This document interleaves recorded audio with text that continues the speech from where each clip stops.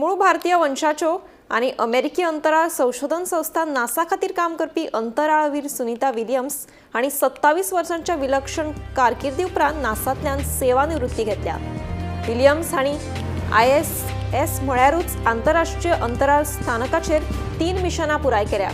608 दीस अंतराळात रावून विलियम्स हांणी 62 वरां 9 अंतरिक्ष भोंवड्यो केल्यो।